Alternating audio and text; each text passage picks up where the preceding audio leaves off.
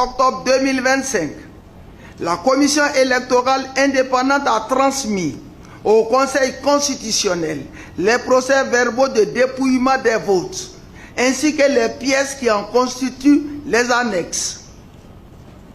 Considérant que la juridiction constitutionnelle n'a enregistré aucune réclamation, que par ailleurs, l'examen des procès-verbaux ne révèle aucune irrégularité de nature à entacher la sincérité du scrutin ou à affecter le résultat d'ensemble, conférant ainsi au scrutin toute sa légalité et sa légitimité. Le scrutin du 25 octobre 2025 est régulier. Article 2. M. Alassane Ouattara est proclamé élu au premier tour président de la République de Côte d'Ivoire. La Cour constitutionnelle valide Ouattara, mais le peuple doute. Ce mardi 4 novembre 2025, à Abidjan, l'histoire cesse de répéter. Sous les ors du Conseil constitutionnel, la présidente Chantal Nanaba Camara a pris la parole. D'une voix posée, mais lourde de conséquences, elle a confirmé la victoire d'Alassane Dramane Ouattara. 89,77% des voix. Un score écrasant.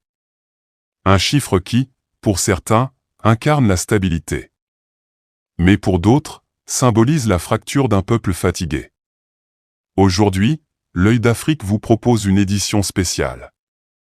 Une immersion au cœur de la Côte d'Ivoire post-électorale. Entre légitimité institutionnelle et contestation populaire, entre victoire proclamée et espoir de changement. Car derrière la cérémonie officielle, se cache une question essentielle. Où va la Côte d'Ivoire? Le 4 novembre, à 13h GMT, le verdict tombe. Le candidat du RHDP, Alassane Dramane Ouattara, est proclamé vainqueur de l'élection présidentielle avec 89,77% des suffrages exprimés. La phrase résonne, presque familière. Pour la 4e fois consécutive, le chef de l'État ivoirien repart pour un nouveau mandat. Dr Adama Koné, juriste ivoirien. Le rôle du Conseil constitutionnel est d'assurer la régularité du scrutin. Mais beaucoup s'interrogent. Peut-on parler de régularité lorsque la moitié de l'opposition a boycotté le processus électoral? La légalité n'est pas toujours la légitimité. Officiellement, tout est en ordre. Les institutions ont parlé. Mais dans les rues d'Abidjan, de Bouaké et de Yamoussoukro, le silence du peuple en dit long. Une réélection sous tension. Si les urnes ont parlé, la rue, elle, s'est tue. Non pas par indifférence, mais par lassitude. Une lassitude née des promesses répétées et des changements reportés. La Côte d'Ivoire est un pays stratégique, moteur économique de la sous-région. Mais la répétition du pouvoir crée un sentiment de confiscation. Les citoyens ont le sentiment que le destin politique leur échappe. Officiellement, le gouvernement parle d'incidents isolés. Mais plusieurs témoins évoquent une colère contenue. Une colère qui ne cherche plus à s'exprimer dans la rue, mais dans le silence intérieur. Les réactions nationales et internationales. Dans les chancelleries étrangères, le ton reste diplomatique. Paris, Washington, Bruxelles. Toutes saluent la stabilité. Mais en coulisses, les experts s'interrogent. Docteur François Delmas, politologue.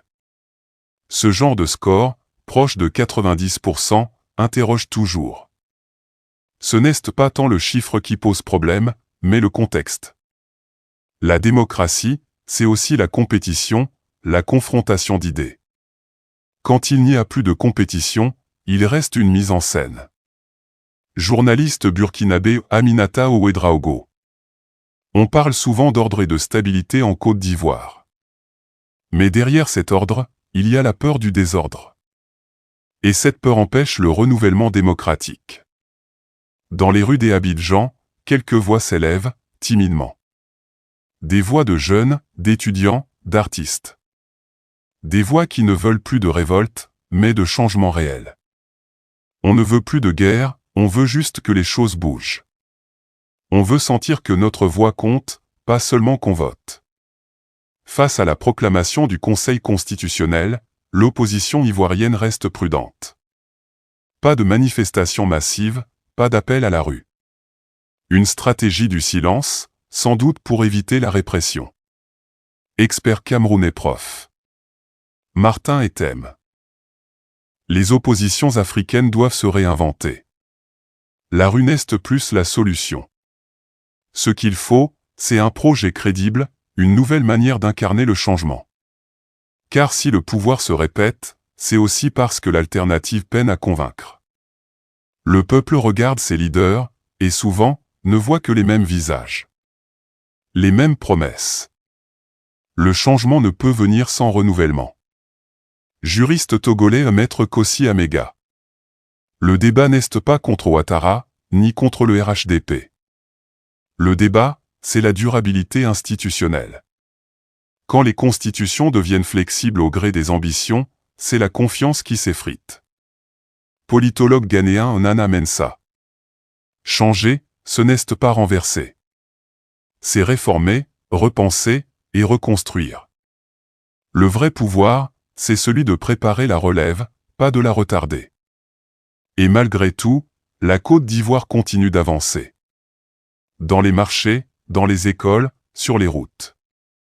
Le peuple travaille, espère, et croit encore en un avenir meilleur. Car le vrai changement commence souvent loin des micros. Et si le changement ne venait pas des urnes, mais des mentalités? Si l'alternance n'était pas seulement politique, mais générationnelle? Une jeunesse instruite, connectée, consciente de ses droits et de ses devoirs.